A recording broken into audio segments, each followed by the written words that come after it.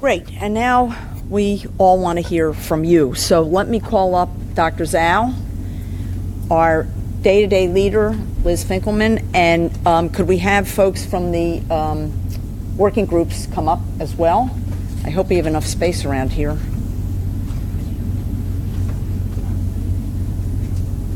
Yeah. Or we could have one from each.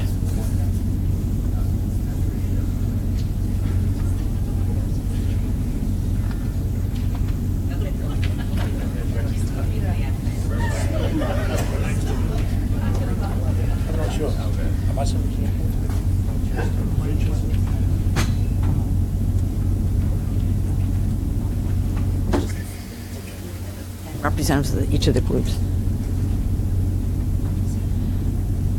Okay, we're going to, we ask for your comments, suggestions, criticisms, ideas. Again, we're going to use the handheld mics, and let's get started. Right up here in the front. If you'd give us your name and affiliation, that'd be terrific. Norman Kahn. I convene the Conjoint Committee on Continuing Education, which is a coalition of 27 organizations in medicine, nursing, pharmacy, dentistry, PAs, and social work, which is committed to educating health professionals. That's who I am. My question has nothing to do with our position and policy. It's something I learned today. I want to put out an assertion, and I want to see what your reaction is to this assertion. I went online and I looked at the mission of the NAM Collaborative, and it's one of them is to improve outcomes. And it seems to me, based on what I've heard today, that there might be a low-hanging fruit here, and that is that so many people who leave prison, who have detoxed, go back, and the percentage of those who go back and use die because they're not tolerant anymore to their dose, or they've been in prison for 2 or 3 years and don't realize that there's fentanyl in their heroin when they get out. And so for the assertion is that we could improve a lot of outcomes if we were to give everyone who leaves prison a shot of naltrexone, or if they refused it, we should send them to a supervised injection facility so that if they overdose, there'll be somebody there with naloxone.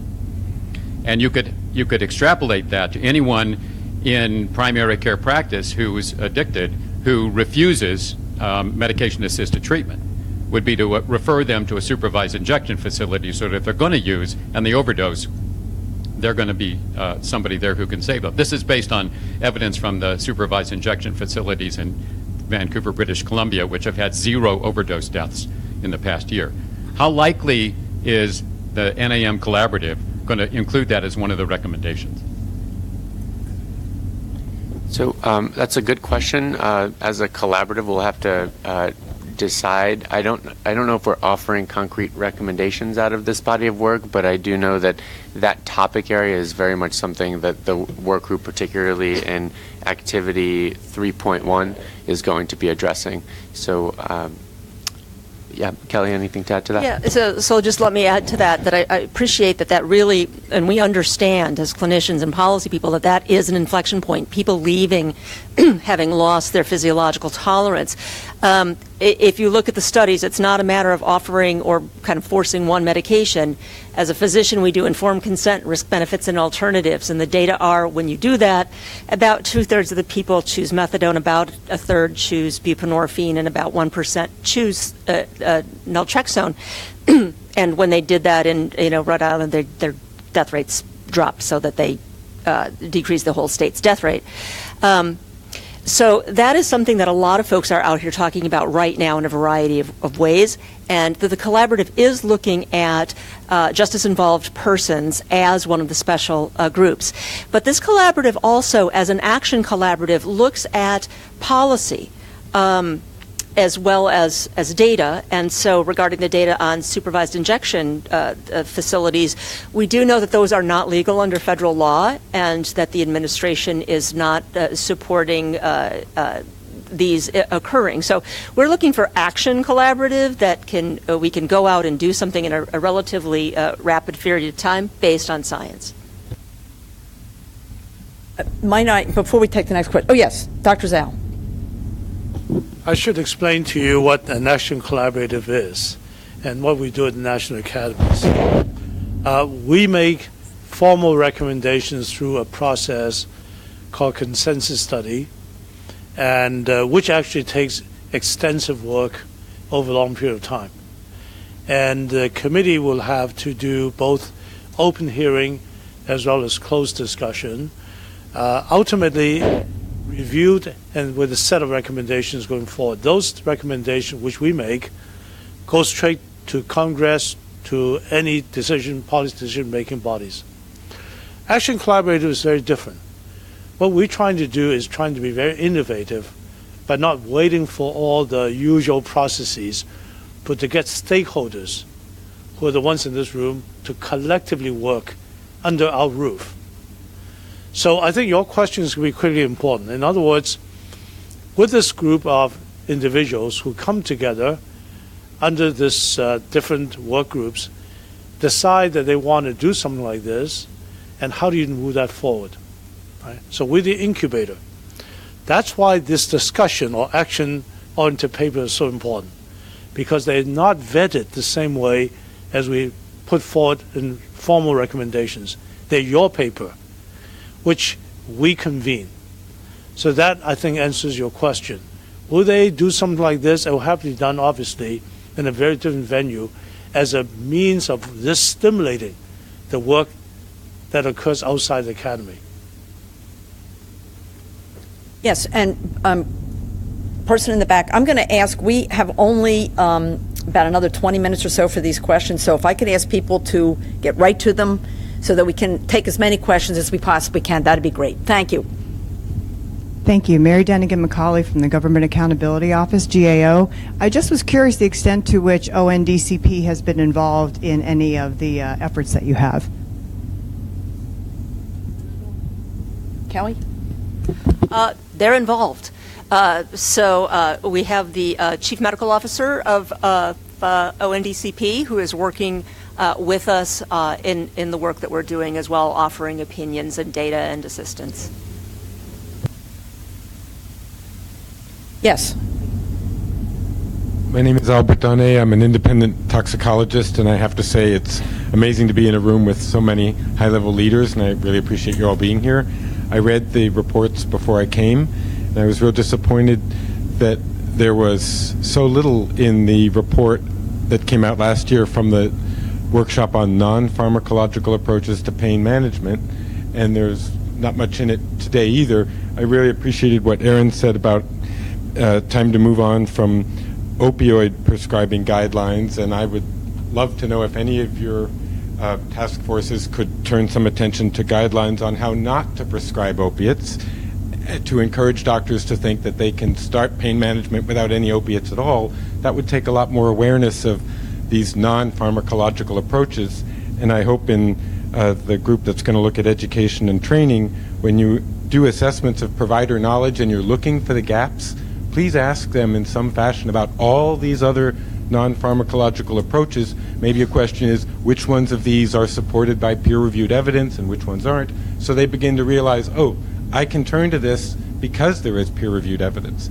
And lastly, the other place this could come up is in the work group on pain management strategies. The patient journey map is mentioned, which will give the public an idea about where can I go with my pain. And I urge you to fully flesh out the non-pharma side of that equation. It's a lot longer list of options than we have on the drug side. And I say that as a detoxicologist. Thank you. Kathy, you want to comment? No, I think you bring up a very good point that when we're looking at practice gaps, it's not just treatment of, it's also alternatives too. So thank you for that comment. Deb? And I would just say we agree, and Helen and I actually just regrouped already based on the feedback from our session, and I really like the frame of pain management, and our objective too is really around non-opioid and non-pharmacological management, and we do hope to really have more evidence as well as just options for patients so they're aware of these. Yes.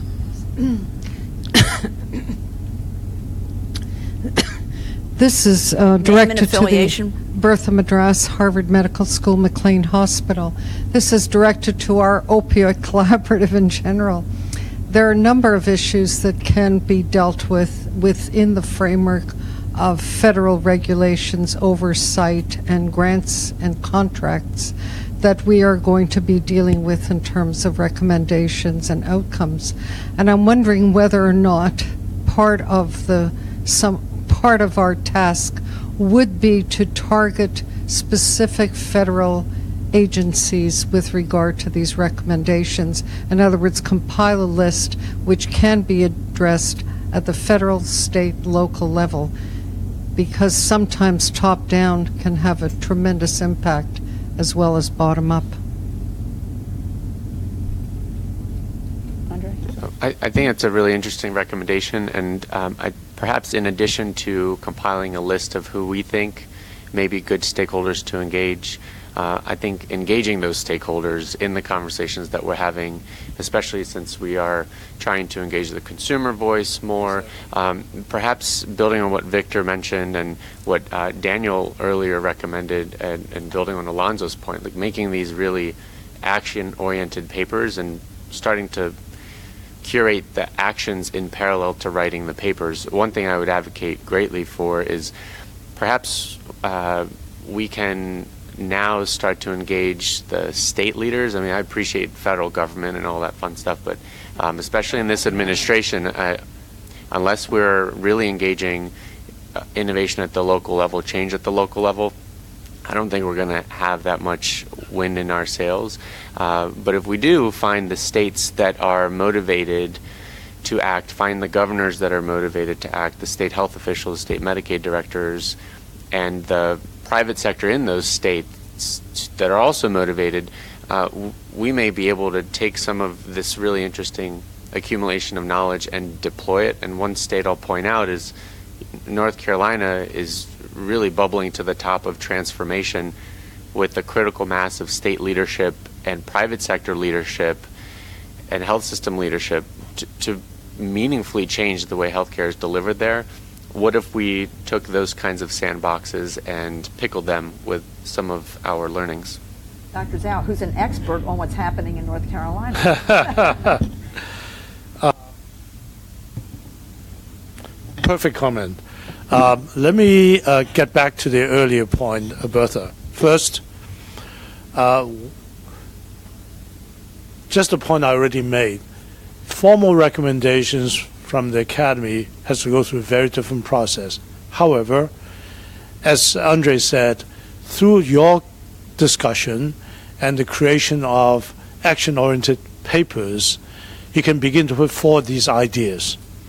Now, John Perlin frequently referred to a initiative we called Vital Directions, which is what we did. We wrote 19 papers, published both in terms of NAM site as well as JAMA, that represented the expertise like reflected here, that simply talks about ideas put forward. So that's step number one. That's been very effective because that's the basis for a lot of conversation, if you wish, that experts have spoken under our convening power to engage government, etc.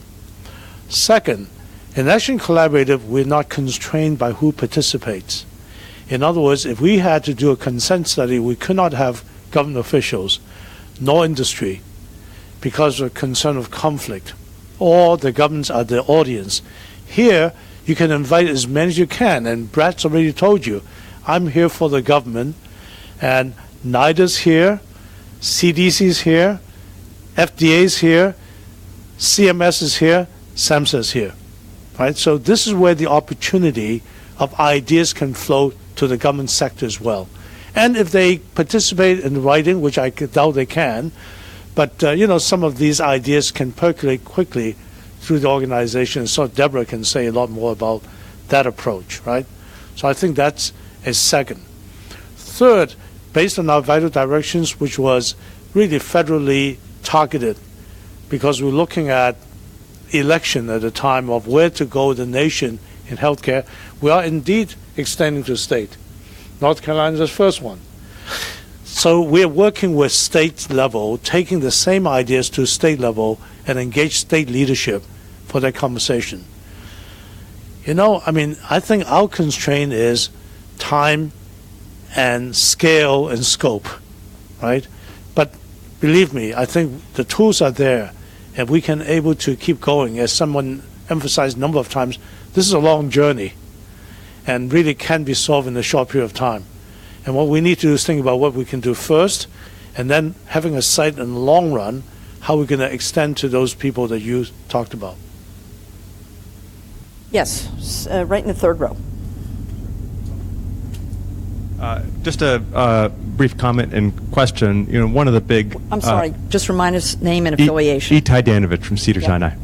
So one of the comments that I ran out of time to make when I was up there, but that I think is important, is that one of the challenges that impedes the type of investments that need to be made at the service delivery level is that most programs and health systems are in a phase of cost containment, and these are services that require significant investments, and for which they don't see long-term returns. So the comment is, you know, can we elevate measures of cost effectiveness around the different working group activities?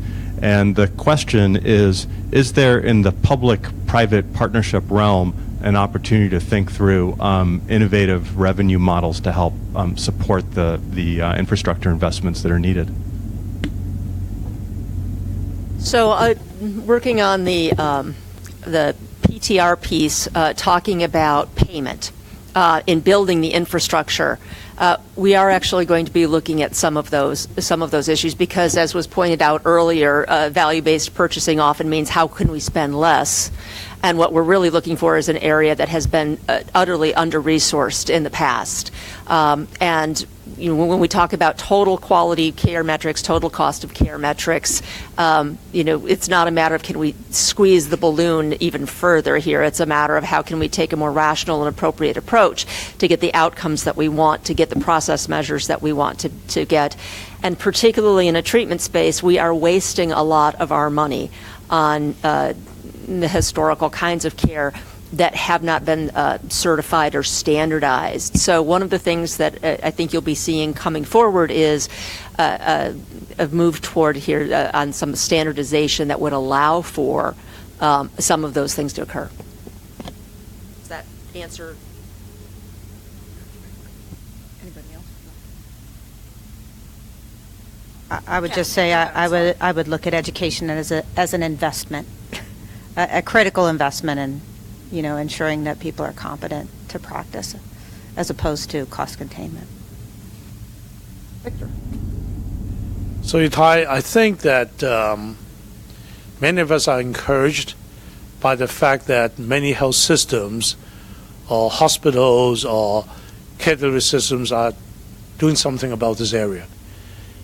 Certainly, I've seen people taking this very seriously. So that's the good news, right? I mean, your implication is that your statement implies that we need to have the right incentive, the right payment to enable this to happen.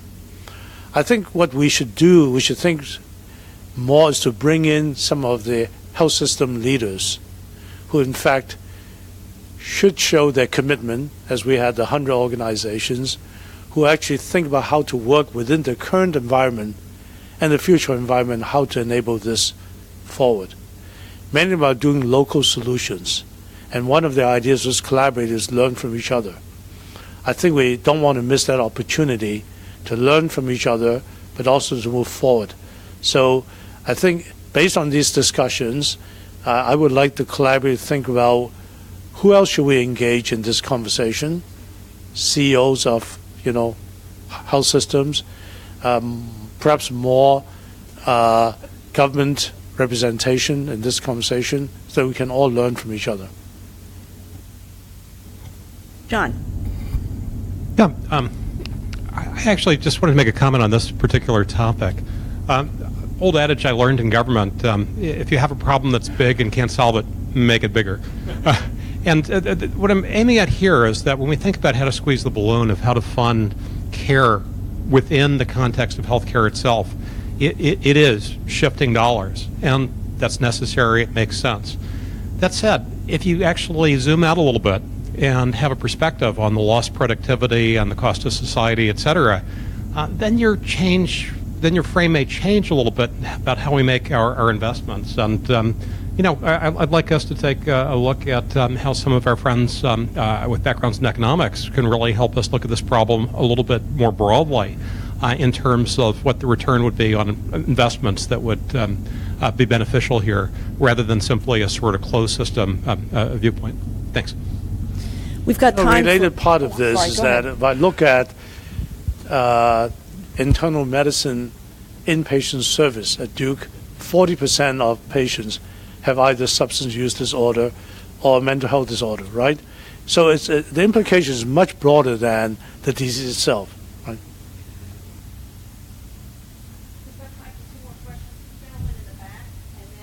We've actually had folks on our webinar. We're going to take one from Jenna. Yes. Hi, I'm Norris Turner with Pharmacy Quality Alliance. We're a measure developer. And, I'm thinking back to Gary Mendel's talk where, in telling his story, he talked about the tragic consequence of stigma. And I heard also a challenge, to the collaborative around the degree to which he kind of, I think, just didn't really see much of a strong kind of presence of addressing the issue of stigma. And I think somewhere over this morning there was some reference to stigma as kind of squishy. And maybe if we think about that, that's like the glue, the glue that actually makes all the important work that you're all doing have the impact that it's intended to have. And I was just wondering if you can speak to, how you're thinking about stigma relative to the work you're doing. Who wants to take that one? Andre? Sure. I think you bring up a good point about the difficulty in measuring stigma. I do not think that this collaborative is going to take on stigma and, frankly, not take a leadership role. I don't think there's enough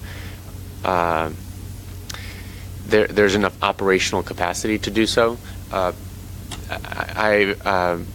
I do believe Shatterproof is in a very good position to do so, to the point where I've committed my energy to be on their advisory board.